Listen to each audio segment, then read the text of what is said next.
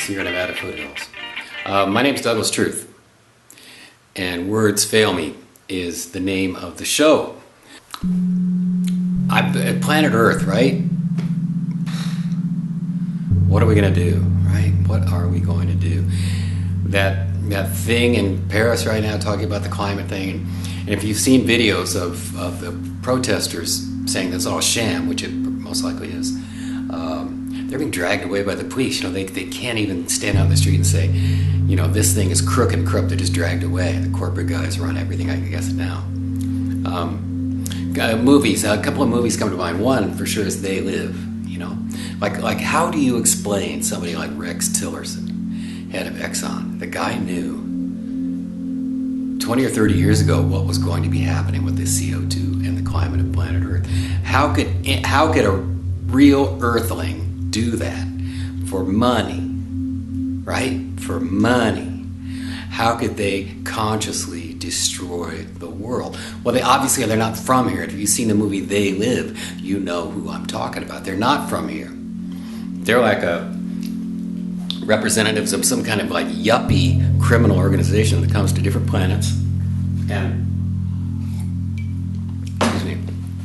they do what they call a bust out when an organized crime, say, takes over a legitimate business for whatever reason.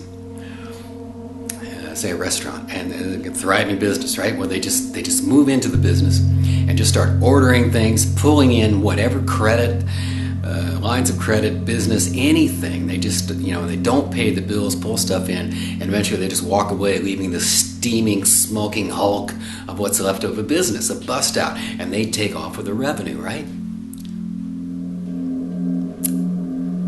So that's what they're doing with planet Earth. That's the only logical explanation, right? I mean, it's Occam's razor. Nothing else can explain these very bright, intelligent people mindfully destroying the planet for money.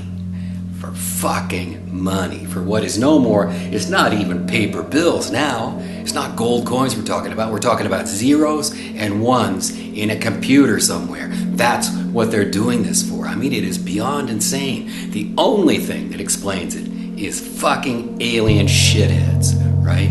So watch They Live if you haven't seen it. It's one of the greatest movies of all time.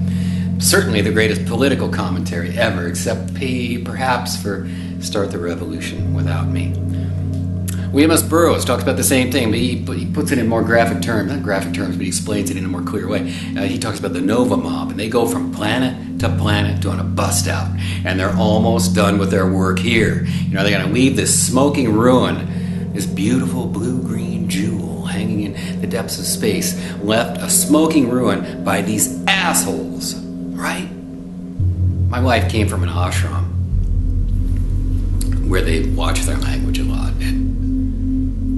and so, and there were certain situations in which it was appropriate for her to say, "Those fuckers!" And so, with my help, she was able to reach that point. Whether it does any good or not, probably not. But anyway, that's the world around us, planet Earth, right? What are we going to do? It's fucked up. So the question in my mind, and this applies to my personal life, which is probably getting boring to you folks by now, but it applies as well to the general situation, is what if it's true? What if it's true? I mean, at a certain point, the things we do to avoid the nastiness aren't going to work anymore. Whether it's shopping, or sex, or drink, or smoking lots of marijuana, or going to movies all the time. Whatever your choice of buffer is, a cocoon that you climb into, it's not going to work. And there's going to come a point. I mean, it comes perforce for all of us when we die, right? Then it's like, but too late to do any good about it. But culturally speaking, planetarily, civilizationally speaking, that point is going to come for all of us when it's like, oh fuck, they're here on the street, right? You got your new screen, flat screen TV, you're watching movies, life is good. Oh yeah, I do it. We do it. I want to stay comfortable. I like my coffee in the morning, so forth and so on. I don't want to be inconvenienced by lines at the gas station, but eventually they are going to be in the street. the rioters, and eventually I'll be one of them. And what do we do? What if it's true that the situation is FUBAR, fucked up beyond all repair? What do we do? What if it's true? So I had a situation in my life where what I'm described my own personal life, or at least that's the way it seemed at the moment. FUBAR. And I asked myself, what if it's true? And I thought about it for a long time in a state of great desperation and urgency. It wasn't just like a philosophical question. It had urgency. What if it's true? And so for my own personal answer was, I'll keep doing the same thing as I was doing before, because not in the sense of entertaining myself, but the stuff that I thought was important. The soul work, the helping all beings everywhere have not a better life so much as, well, yes, but deeper than that.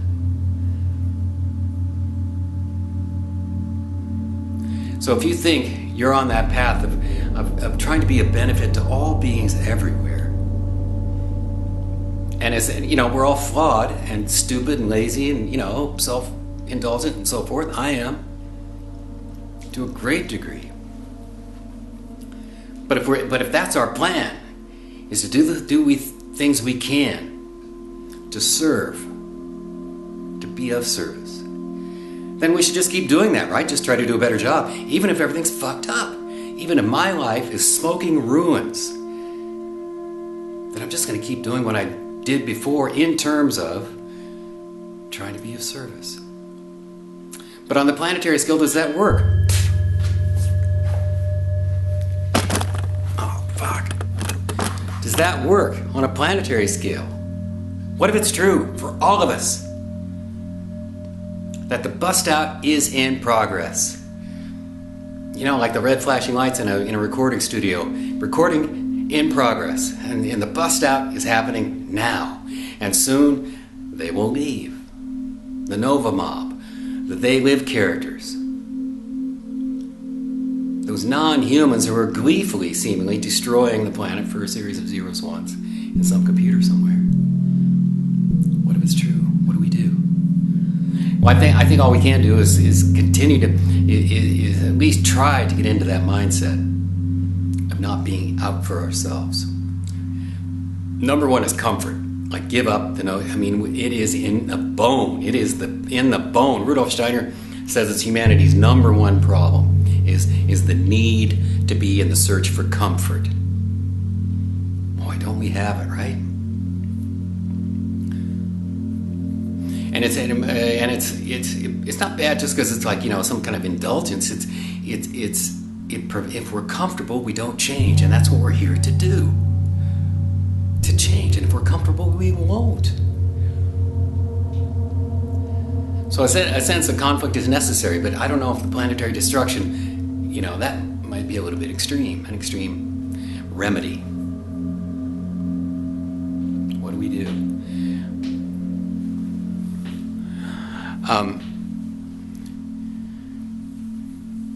I would suggest try not to put yourself first and your own comfort, but try to be of service to the madness all around us. It's going to be happening. It is happening. I should say it's going to be. It is. It just depends on where you might not have reached your neighborhood yet. The madness.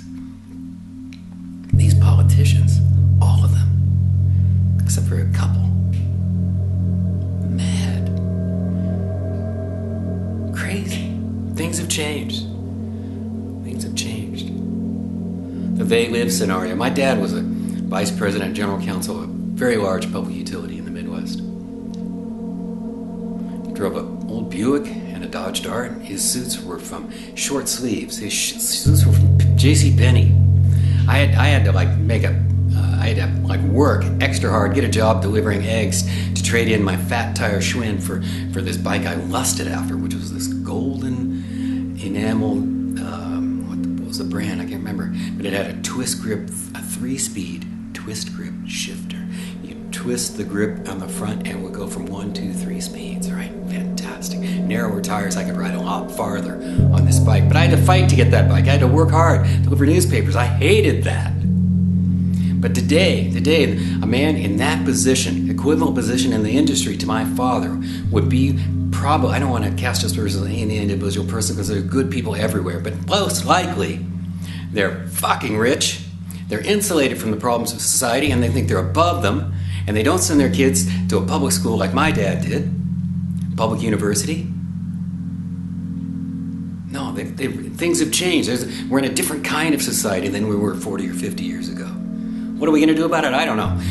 But I guess at the bottom of it all is to not put yourself first. I mean, that's easy to say, hard to do, but it's a remedy. I guarantee it. You try it, I guarantee it. You know, just like that guy in the Midwest. You know, you'll not find a new or used Buick for less money than I'll sell it to you. I guarantee it.